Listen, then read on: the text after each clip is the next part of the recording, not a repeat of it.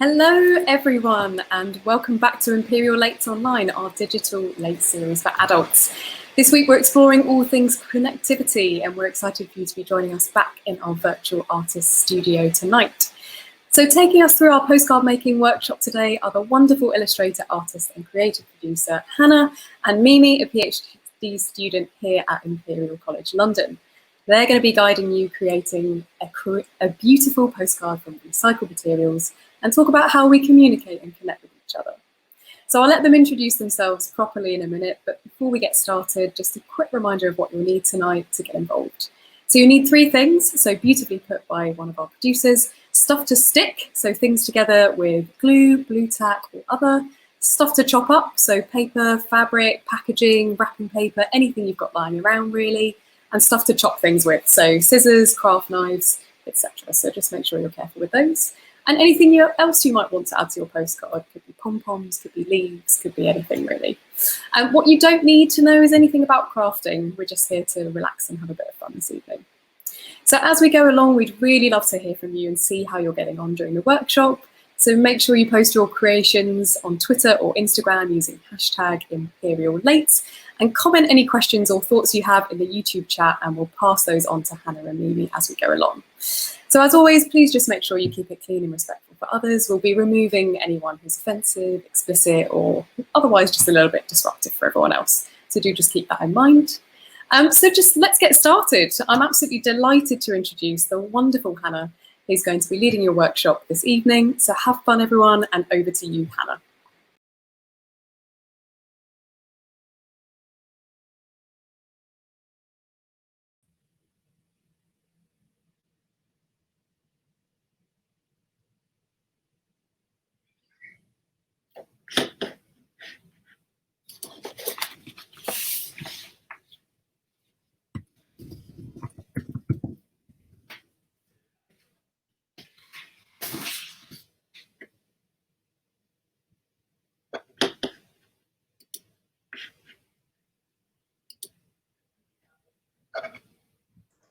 Sorry everyone, off to a great start there. The unmute button had disappeared off my screen for a little bit. I am Hannah Ayub. I am a producer, an illustrator and an artist, and I am really happy to be here with you this evening to make some postcards that you can hopefully send to your friends and family. Snail mail has always been something I have absolutely loved, but especially since lockdown began, it's become something even more important to me, a way to sort of almost physically connect with the people that I can't currently see. So today I am also joined by Mimi, who's going to introduce herself. Hello everyone, I'm Mimi Nguyen. I'm currently a PhD student at Imperial College London in the Faculty of Engineering in the Dyson School of Design Engineering, and my research specifically looks this year into online communication. So I'm researching right now social cognitive aspects of online communication, and we're studying remote teams, how they can increase creativity and innovation, as well as team productivity in the virtual collaboration. And that idea actually came from the first interest of studying how teams collaborate in a multidisciplinary area. And last year we realized that remote working is a very big niche in a social cognitive research, and little that we know, we all will be forced to work remotely. So the research this year has been very fruitful in terms of getting all the insights from people that are working remotely, forced to be working remotely. And I'm very happy to share with you. I'm really, really excited to also learn what you think about online communication. Over to Emma. Hi everyone. So we've already had our first question, which is who made my necklace. It's by an amazing designer called Coco Frankie, who are on Etsy, and they do loads of amazing things. But on going back to the topic of the workshop, so today we're going to make a few different postcards, so such as the ones that we've got here. I'm going to give you sort of a few different prompts and different ideas, but if you want to sort of go often sort of do your own thing, that is absolutely fine. You know, all the prompts that we give you are just for inspiration. And along the way, Mimi and I will be having a bit of a chat about different forms of communication as well. In case you've missed it, there is also a worksheet that goes through some of the different prompts and the techniques that we'll be using today, and a link to that will be posted in the comments for you to access. And so without further ado, let's actually sort of first we're going to ask you a question. So along the way today, we want to find out a little bit more about how you feel about communication, and some of your thoughts on the things that we're discussing. So Mimi, what's the first question that we've got for our audience? This is just a warm-up question. We want to learn what you think about snail mail. So do you still send or receive personal letters or cards through the mail? And the options are regularly, only on special occasions, I receive letters and cards, but I don't send them, or not at all. And I think the option to choose or to vote it's on Twitter with the hashtag Imperial Lates.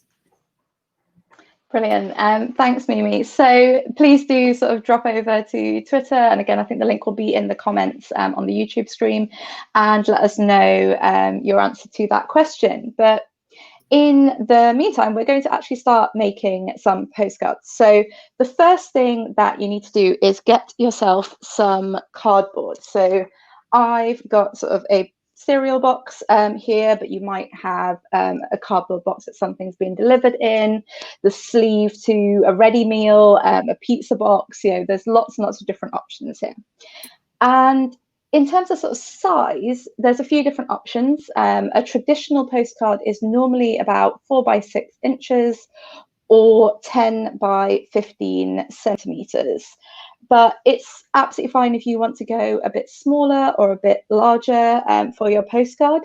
You might want to keep an eye on what sizes can be posted using a standard stamp. So in the UK, it's about an A5 size, half of A4, that can be posted with a standard stamp, and it also needs to be within 0.5 centimeters thick. So a bit of a boring admin detail, but I've had a few friends who've been caught out by sending things in the post recently, so I thought it was worth mentioning. Now, I'm going to cut out my postcard base freehand. I tend to do a lot of things just freehand, but you might want to draw, draw lines using a ruler or another straight edge if that is the sort of thing that you prefer to do.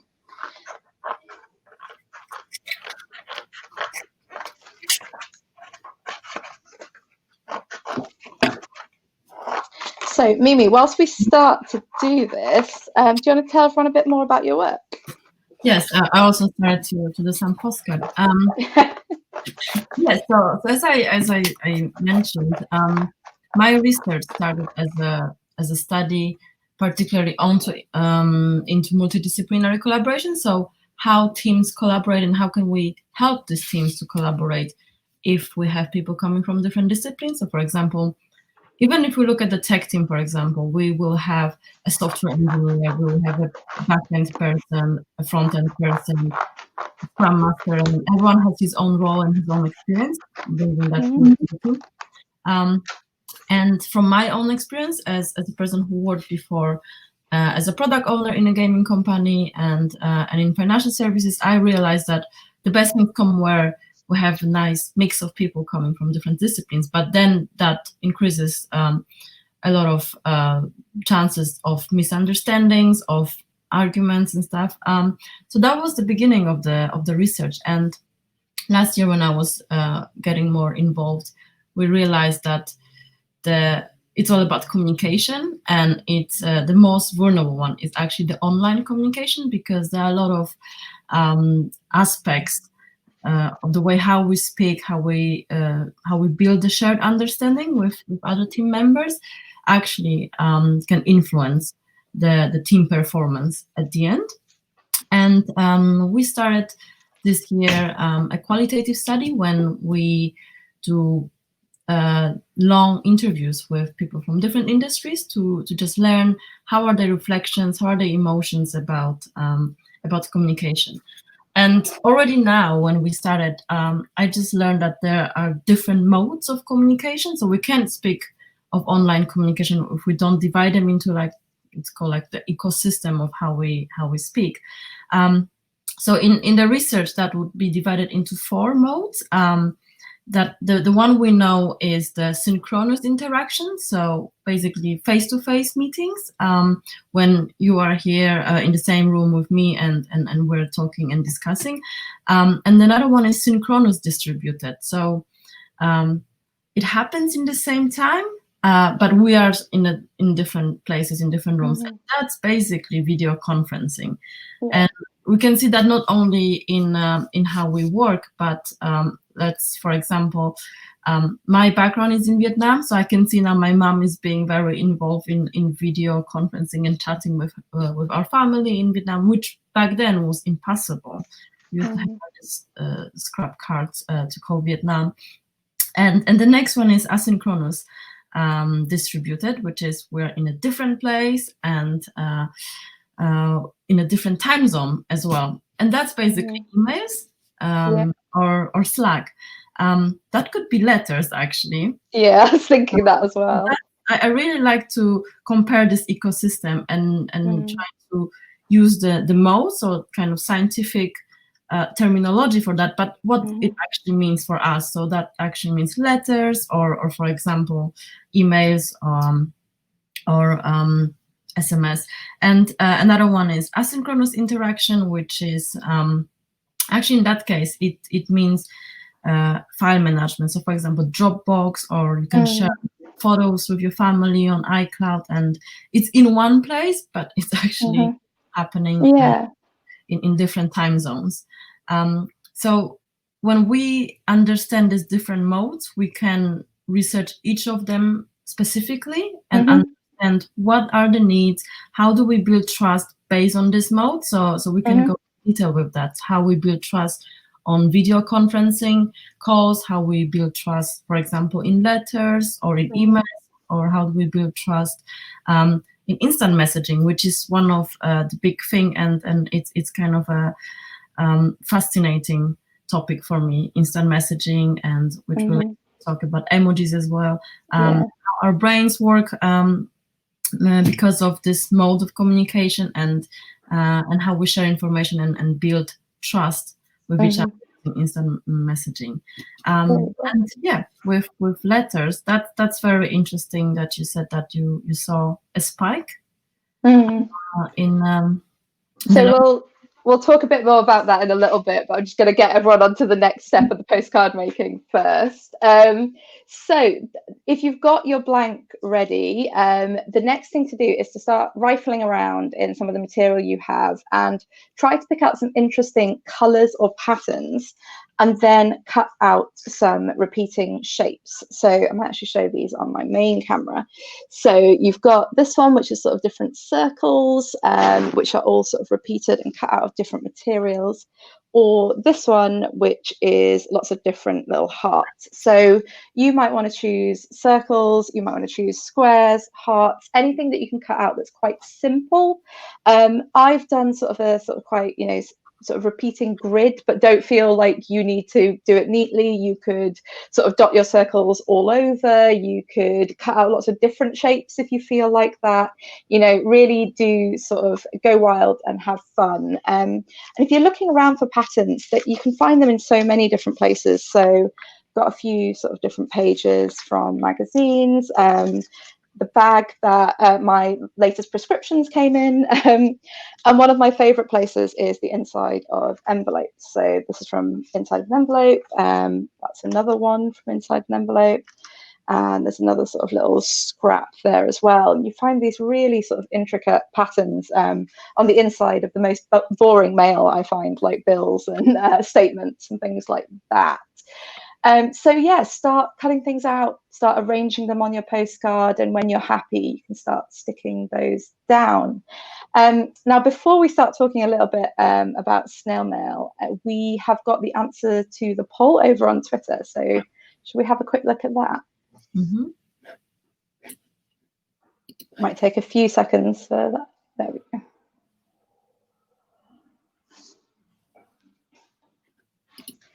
Interesting. So the vast majority of people only on special occasions, but a good sort of 36% that send or receive personal letters regularly. I guess that's probably partly our audience that has been attracted to the workshop this evening. Mimi, what do you think? Yeah, I mean, I'm actually surprised that it's 36% regularly. I was expecting lower, but as you said, the topic of the session, the only on special occasions also interests me, whether it's special occasions like birthdays, engagements, and stuff, or does it mean a letter from EDF? Yeah. That's basically what I get recently from just my in my inbox, letters from like electricity providers. So I, for example, personally was not sending any letters or any cards until the last 2 years, because I didn't have friends or any family who would contact me via letters. And since I had a baby, people started to send cards, like baby cards, like congratulations and stuff, and that became a nice tradition in our family now. Like if there's anything happening, we tend to get cards, which is actually a very fun activity, because the whole process of sending, I mean, you can go to Tesco and just get the first one you can get, but like if you actually put some thought into that, you can go to a special shop, or for example what we're doing today, make your own cards, which again I was not aware of until my girl went to nursery, and then she keeps coming with cards and it's like, oh wow, you can actually make cards like your own. And it's so much better because it's a unique thing. Do you think it changes the way that we feel about mail if it's been handmade? I think it is. It's the same like if you have a birthday and somebody calls you or somebody just messaged you. And imagine somebody sent you a card, made a card. I think that's even more valuable than, especially nowadays, when I think I was speaking with someone, like it's like it's hard to get as physical gifts anymore. In a way that it's not that there's something that we're craving that we cannot just get. And handmade things are things that we just cannot get, because the only thing that we constantly miss is time. Someone who put his time and made something for you. I don't know, made it. When I was a poor student at my bachelor, I was just baking stuff for people, because I thought that that's the cheapest gift I can give to people. But everyone liked that. So I think like with creating cards, it's a bit like that. So because it's like my daughter, like she actually sat down for an hour and prepared something for me. That's more valuable than if you just, I don't know, pop to Tesco and buy something. So that just showing that you care, I think it's a bit, as I mentioned before, the trust that it increases the trust level if you know that someone spent some time, put some thoughts in this message to you. So I think that's a fantastic thing. And I mean, I think I got a letter from Boris Johnson. I think everyone got a letter in March from Boris Johnson. And I know that he didn't sign it himself, but still the fact that I got it from him, it's like, wow, that's something different. So yeah, I think that's nice. But in London, it's quite difficult, because we back then, I think people were moving less. So when you had someone's address, that was someone's address, and that's related to a phone book, for example, and stuff. But nowadays, it's actually easier to, I mean, a lot of my friends who moved abroad, I don't have their addresses. I don't even have the phone numbers, because they keep changing. So I just use Facebook, for example, to text them. And I think to send someone, it's quite difficult, because you never know if the person actually moved out from his flat share. And that's also kind of reflects and mirrors the times we are in a constant move, in a constant hurry. And I don't know if you had that, like, how is your handwriting? I think because I'm an illustrator and an artist, I've never really stopped handwriting. Do you know what I mean? I'm used to using sort of pen and pencil every single day, but I know, like, I have lots of friends whose handwriting has definitely got very rusty. Yeah, you just forget to do it. I think it's a bit like multiplying things. Like, right after school, we can calculate quickly things, and then the less you use it, you just you the skill. And my writing is just horrible. I don't think people would read my letters right now. I wish it was possible.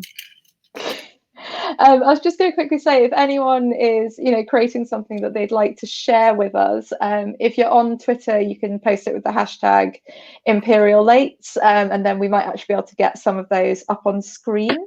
But I hope you're all having fun. This is sort of what I've made so far, which is reminding me a little bit of a patchwork quilt. So, Mimi, you were talking a little bit about trust and different forms of communication. Are there particular forms that you think sort of encourage people to trust each other more or less? Yes. So I have, for one of my papers, I have kind of mapped out the level of trust and level of shared understanding, or some would call shared mental model, versus different minds. And of course, the face-to-face is the highest one, comparing to the rest. And for example, with high trust but low shared, and like the lowest one is the asynchronous distributed, because we are in different place, in different time zone. You don't see each other, and you don't have the reflex of someone responding to you, so you don't really know what's happening on the other side. In work, sometimes it actually turns out to be a good thing for some people. For example, they told me that when they go to sleep after they did some design work, New York or San Francisco is waking up, and then they can keep on working. So it's kind of constant work. Of work, maybe that would help, but in terms of the team members being feeling that they trust each other, or they actually work together quite well, then that wouldn't really work quite well, this emails. And that's, I think, a lot of participants in our study actually are sharing the same view on emails, that emails are quite cold, they're just for sharing information. I think it's also our personal, how we treat emails. Maybe, I don't know if you're sending emails to friends, but we tend to treat emails more as some duty or some admin thing, like, I don't know. But on the personal side, if I talk to people, it's more the instant messaging thing. So a lot of people are, of course, using WhatsApp for contacting their family and their friends. And a similar thing is happening right now at work, and that's a new thing. And I can say my own experience as well. So when I started my career 10 years ago in Accenture, there was no Slack. And there was something like Microsoft Link when you could message people, but it wasn't as popular in terms of a main communication channel. The main one was, of course, emails back then. But now, all companies we're talking to, the majority of communication is based on Slack. So I think studying Slack is one of the most fascinating things for me, because that's a new thing, and we can see that the majority of communication is on Slack or on WhatsApp in many companies. And that's the same with how I speak with my mom and my friends. I'm to WhatsApp as well. And that's kind of like whatever I have a feeling for my own research, that actually comes from my personal kind of view on. And I think when we talk about WhatsApp and Slack, that leads to my next question. what is your favorite emoji? And if we also, I think we have this question on Twitter as well.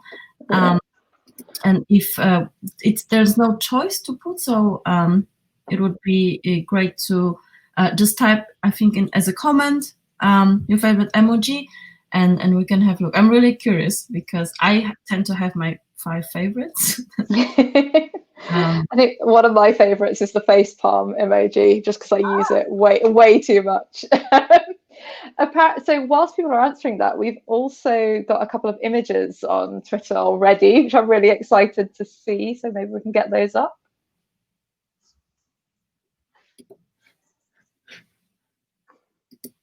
Give the team a few seconds. Oh, there we go. Oh, wow, those flowers are great. And some circles. I really like that one that looks like an eye. Yeah, and the flowers. I love flowers. And I'm amazed at how quickly someone's managed to cut those out as well.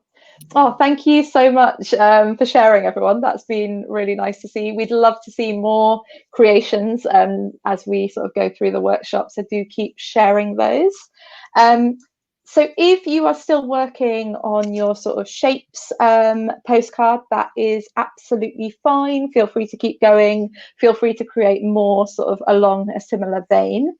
But in the meantime, we're going to have a look at creating some emoji postcards to sort of link to the current topic of conversation. So, and as we're doing that, we're going to sort of think a little bit about different textures of materials that you might have found in your recycling or around the house.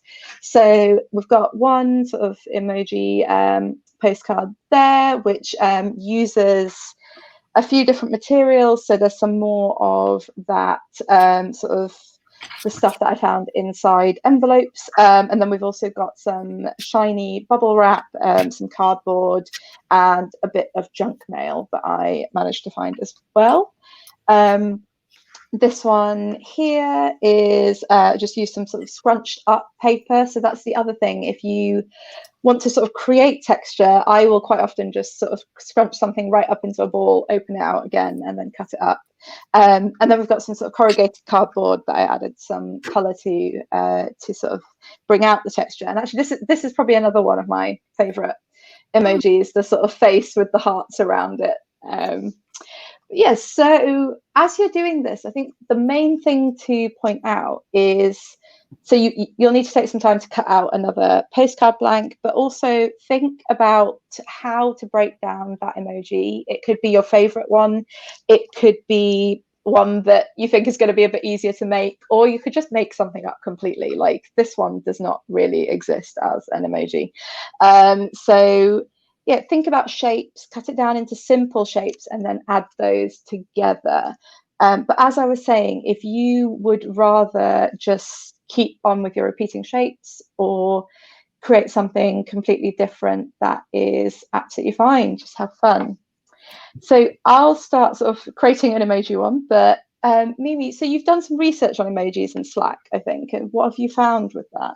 Yeah, I was trying to dig and ask people in my study, participants, how are they using Slack, and that ends up with emojis. So I actually did combo. I did the shapes and emojis together in my postcard. Ooh, nice. But yeah, I'm making it because I cheated with that one.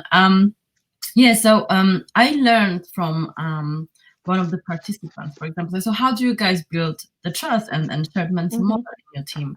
And they actually said emojis, and that made me think, okay, so how do we treat emojis now? And that's related to work or personal usage as well, because when in the company that I'm studying right now, I can screen the Slack channel and then see the whole general Slack, but like random messages. And then there are different channels dedicated to random messages, general announcements, and team chats. And you can see that, for example, when there is an agreement of team members, is posting a fire emoji. and you know, as a researcher, you need to pick that out and say this is the agreement moment. It's very funny if you want to like be very serious with this, but this is like happening right now. Or people now are commenting under a message just with an emoji, like with a thumbs up. That's another moment of agreement. So when we count these moments of emojis appearing, like thumbs up, fire, or just a laugh, then that explains us how the team has reached this shared understanding, because that basically showing that I agree with what you said.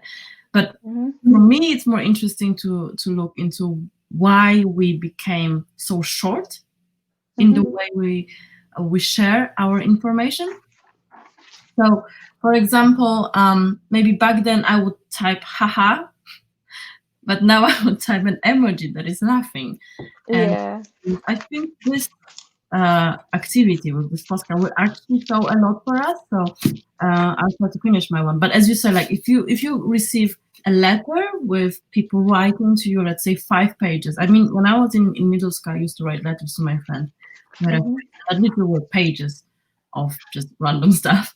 But then of that, I would just send her this now, like a face, a yellow one. Then that could just create something different in the person who receives the message. Also, on the personal note, I noticed that my mom is using emojis since COVID. I have no idea if there is any relation with that, but she starts to like reply with emojis to me. I think it's because Apple now has this option when you type a word, it just suggests you an emoji to that word. Yeah. I find that really weird. You can send me a message that every word ends with an emoji. Because she's like, oh, like I made a dinner. I made dinner, and then with, I don't know, chicken. There's a chicken, and then another words and stuff. So that's a fun part. But then in a professional work, for me, it's more: are these emojis helping him to collaborate better? Is it help us understand? Because I don't know, maybe in the type of the emojis we're sending each other, there's a hidden message, or that shows the personality of the person, that basically takes off that seriousness in our communication and warms up. So that participant said that they actually have a dedicated channel when they just fires random emojis, and that helps them to break the ice, because the whole team is distributed, so they don't even have a headquarters. It's just everyone is spread around the world. And another big thing for her was that they changed the emoji next to their name every day to show their mood. And I found it very interesting, because if you don't sit with someone in the same office, how do you know how the person feels? So that was quite interesting tool, to use emoji as something to show your mood and what do you feel right now. And another way how they used the emojis was to show their personalities. They all did a test. And I think that's a common thing in big corporations when everyone is doing a personality test and we're trying to understand our team members. We would say, okay, so you are a red type of person, so you're more introvert. I don't know, I'm just making up the types, but they're different. There's something called 16 personalities. So for example, you know that someone is more extrovert, someone is more introvert, and that helps actually in the way we collaborate, and we can understand each other better, and we don't have these expectations, because then we understand that the person doesn't maybe want to speak up that much. I think that's very valuable to understand that. And but with the emojis, I wanted to raise another topic, which is more related to, okay, that can build the trust for some teams, because that lightness of the communication. But in general, if we think about our communication being shortened in a way that sometimes with the 3 emojis send to each other without a sentence, is it actually good, and how does it affect our well-being? our food, our mental health. So I'm observing that people's messages tends to be shorter and shorter. It's I think someone recently commented on my message that I tend to send a sentence and then I send a bubble, and then I send a sentence and I send a bubble. So it's like a lot of short sentences. When I speak to an older person, they would send a very long message, 10 lines. So it's actually a proper sentence building activity for the person, and it's like a paragraph of message. So that's also another topic that I think in the future I would like to be able to. Do you think that affects sort of communication, negatively, positively, sort of neither, especially when people maybe from different age groups are communicating? I think different age groups. So, for example, the younger group would be quite used to the emojis, and that also relates to what communicators were using. So, in my study, particularly, there's a lot of voices saying that the older generation wouldn't be happy to use online communicators that much. So they are okay with emails, but they hate video conferencing, and they hate Slack. They would not even turn the Slack on. And we can see that especially during the COVID, that half of the team would not turn the camera on because they didn't know how, and half would just have their bedroom in the back, which actually increases the trust level because you welcome someone into your private space, and that's kind of like an interesting thing, that online communication is having a low trust level, but on the other hand, you are sharing your private space. So much even more open can you be to your team members sharing that? Again, there are people who are like blurring the background. So that's kind of an interesting thing. Like, what are the tools that we can use in the online thing, and how can we encourage other team members who are not really tech savvy to, for example, move to Slack and then be share with emojis. And then we have a comment also from in my team. We use radish a lot because someone has been growing vegetables with them. And I love that. The team goes for dinner. It's a bonding thing. Also check in with Slack each morning. Some people use what they are having for breakfast, other how they feel, what their day will be like. But morning check-ins are very important. So I think not all my participants have that. So in this case, they would actually comment that it wasn't quite well performing for them to really get. It's quite popular in tech teams to have the stand-ups, morning stand-ups. Every morning they would have a quick catch-up meeting to who is doing what is the issue for this week, or how are we so far in this task. And I think this breakfast thing it's quite cool. And then also with the radish and stuff, some participants said that food is the main thing that used to bond people. So back then in traditional world, it would be having lunches with your clients or having beer at the end of the pub with your colleagues, and now we don't have it. So this virtual breakfast, I think, are quite cool. But some people would say, and that again, because in research, when you talk to many people, you always have two voices, and from on the other side, that could be too intrusive for some people. So, for example, one person said that because we are having this COVID situation and we have this online working, her boss is constantly calling her. It doesn't matter if it's weekend or stuff, because he has his other commitment like childcare, so he's available slightly different right now. And for example, for people with kids, having breakfast with team members could be too much from the family time. So I think it's very tough for us, and we actually all are still kind of learning what's the solution. Is it the hybrid version when when it's still like half in the office, when people can still meet each other face to face, or it's purely online where people can be actually in other cities, in other countries, saving on rent. But then it's very big thing for me to try to understand what's the trade-off that we're having because of the online communication. My next question, because we talked about breakfast and meeting, so another big thing when we talk about Teams meetings are the culture and gender differences. And I in my research that become exaggerated, like highlighted even more. And the question is, do you consider culture and gender in your professional communication? Yes, no, or I don't know.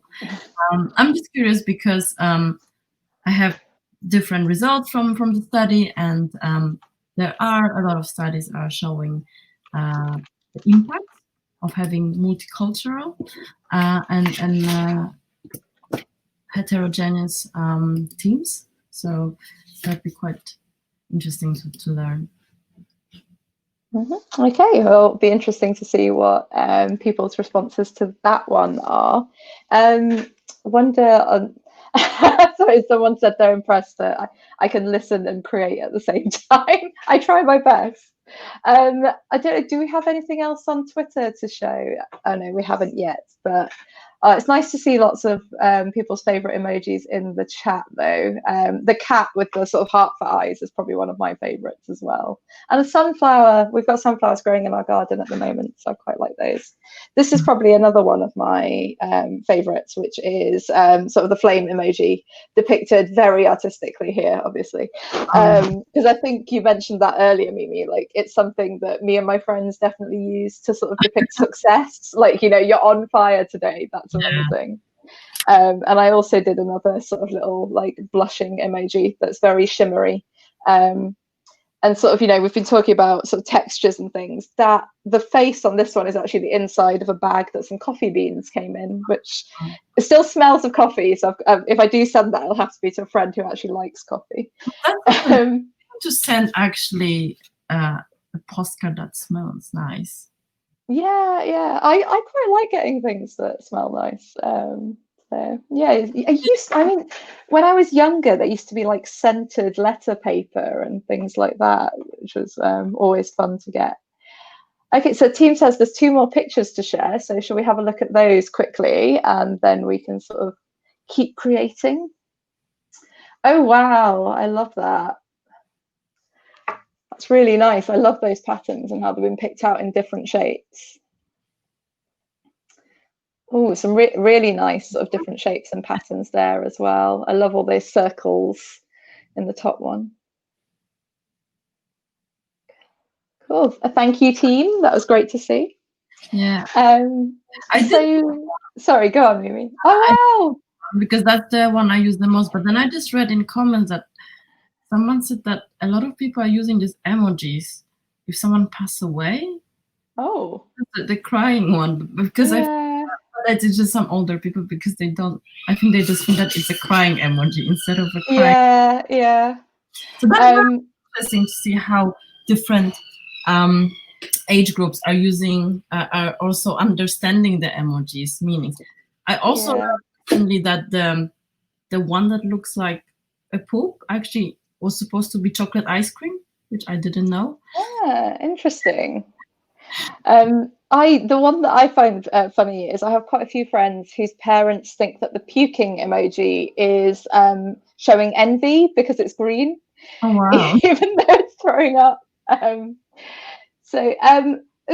Tell you what, we'll get on to. So we've got some poll results ready, but we'll get on to another sort of little making prompt first, and then we'll show those poll results. So as before, if you are happy making a thing already, keep making it. If you've got other ideas, feel free to have fun, create, do whatever you feel like doing. But as a final sort of thing, I was going to show you how to sort of free cut out some sort of letters or words. So we've got one there that says hello. and that's sort of using the inside of an envelope again. And then this one's got love on it, and that was actually using, I can't even remember actually, I think it was some food packaging. But like I was saying earlier, I tend to free cut quite a lot of things. You might be happier, drawing things out and then cutting. You might even want to trace around something or use a stencil if you have one handy. But I've generally found that it is actually easier to hand cut letters than you think, because you're sort of slowly taking away. So if you cut out a sort of strip of paper, so this is sort of a random bit that came off a notebook. So you've got a strip of paper handy. I'll get my right hand out of the way so you can actually see that. Then what you can do is actually cut this into sort of the number of letters that you want. So say we're doing hello again, I'm going to cut that sort of roughly into 5.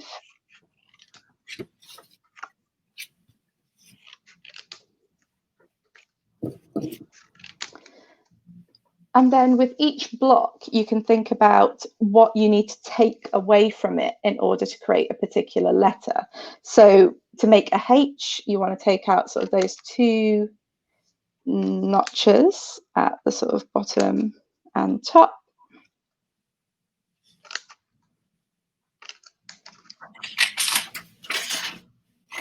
Oop.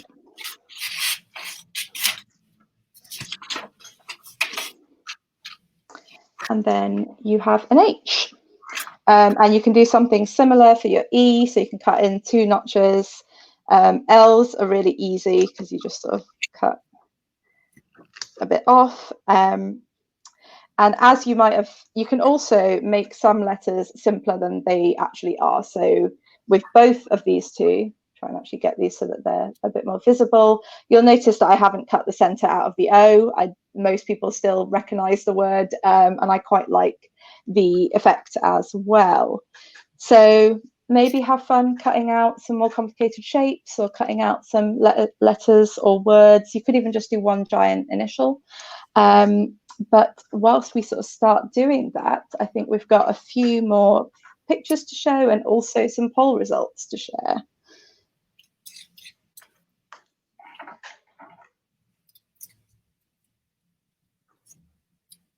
Ooh, interesting split there. Sort of yes or unsure. Mimi, what do you think about that? Yeah, I mean, in a politically correct word, of course, I was expecting, no, 100%. That's what we're supposed to say. But yeah, research is saying something different. And that's actually, so that's 54% and 46% unsure. I think it's because, yeah, as I said, it's very hard for us to say out loud and actually, okay, did it really influence the way we worked? Is it better? Is it worse? How does it affect the whole team? And of course, research has shown that it's way better to have as different team as possible because of the richness of opinions and ideas. But how does it really affect team performance, team creativity, and team shared understanding? So an interesting thing for me when speaking about that is that there are lots of topics related to this. In terms of, for example, culture, and I see that in every day in my previous meetings at Imperial, because Imperial is very cross-cultural place. So 3 professors and students from every country almost in the world, and it's very interesting to see I can compare the vibe of our meetings back then offline at Imperial and now online, and we can see, for example, and that's from the study from my supervisor. She was studying when she was in Japan, comparing Japanese team members with French team members, and her study has shown that Asian team members would not speak up that much in the meetings, because there is a big hierarchy in Asia, and if you are, for example, a younger employee, then you wouldn't speak up, and especially you're not used to speak up that much. So even if there is the same level, but then the other team member is, for example, from Europe, they are used to be trained that you need to speak up what you think. And that could result in, for example, what idea is being pushed later, because the person was more just vocal. Again, like, I mean, that's because of the data that we had. Because, like, if, for example, I would be in the meeting, I am Asian, but because I grew up in Europe, I tend to speak a lot in meetings, which again, it leads to the other question. But on the other hand, I am a woman. So do I speak as much as guys in the meetings? From my personal experience, no. I can see guys tend to chair the meetings or take the lead, which in a offline meeting, it's fine. If someone doesn't speak up, you can still stop the person, and then the whole room is looking at the person like, oh, can you say something? In an online meeting, that's something that it's a horrible thing. My latest participant, and I was lucky enough to speak to a Japanese company as well, and when and he actually the participant said that there is a massive discrepancy in the level of contribution in the meeting between the team members and the Asian team members. Because people who grew up in Asia are just not trained to argue that much before, and I think that affects strongly the outcome of any projects that we have. In terms of gender, recently I have been asked a lot of questions about inclusion, women in tech, and I think that at Imperial, just your sound is dipping in and out for me a little bit, Mimi. I don't know if you if your mic is moving around or something. Oh, Holly says it's fine for her, so it's probably me. Ignore that. Sorry. Yeah, that's it. Internet sometimes it's getting worse, and that's because my daughter sometimes is watching Peppa Pig, and she's like, that's exactly the problem of online working, because many people are flat sharing, and they share the Wi-Fi with their flatmates who are also working online. And I think when we're speaking about online working from home is so amazing, I don't think it's amazing for a lot of people, because when I have my study and I speak to people, they literally are sitting in their bedrooms and they're saying, like, this is working every day, and then we also like eat or sleep because someone's in the kitchen. Plus we're sharing the Wi-Fi. So the broadband issue it's a big thing.